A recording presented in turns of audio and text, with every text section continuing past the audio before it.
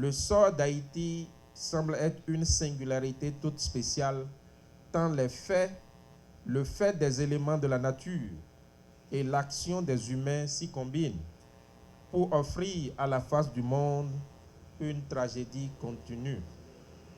Mais tous les sorts ne sont-ils pas singuliers partout? Il n'y a pas de fatalité en Haïti ni ailleurs. Si nous sommes ici, si vous êtes ici aujourd'hui, c'est que nous croyons tous que la marge de manœuvre qui relève des humains est assez suffisante pour influencer ce sort. Je ne résiste pas à l'envie de partager avec vous ce message d'espoir qu'un ami m'a envoyé récemment dans les circonstances que vous connaissez. Il me disait, ce qui est cassé peut être réparé. Ce qui fait mal peut être guéri. Et quelles que soient les difficultés, le soleil se lèvera à nouveau et la terre continuera à tourner. Accompagnons positivement ces mouvements de la terre.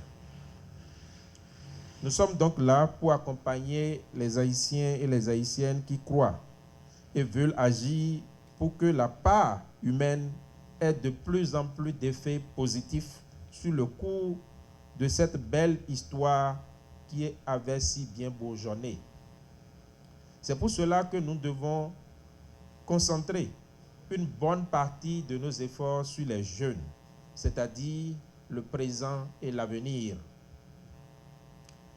Et de cette, mesdames, messieurs, la présente cérémonie vise à lancer la 7e édition du prix Jeune Journaliste en Haïti.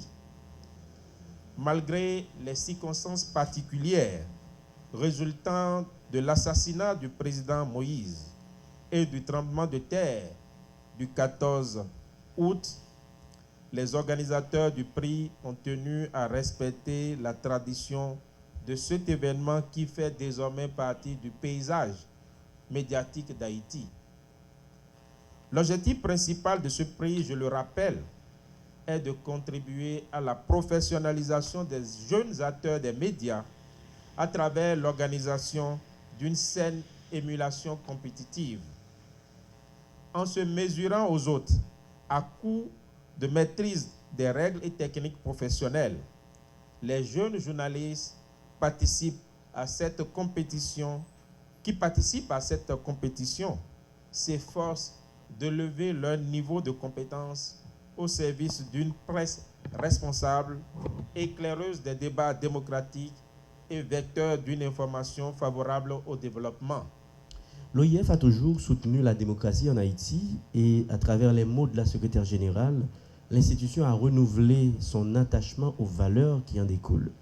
Comme pour ce gouvernement conduit par le Premier ministre Dr Ariel Henry et dont j'en fais désormais partie, Madame Moshike Wabo a encouragé la recherche d'un consensus toujours plus large et réitéré son appel à toutes les parties pour qu'elles s'engagent dans un dialogue inclusif afin notamment de réunir les conditions à la tenue d'élections présidentielles et législatives libres, fiables, transparentes et consensuelles. Fin de citation.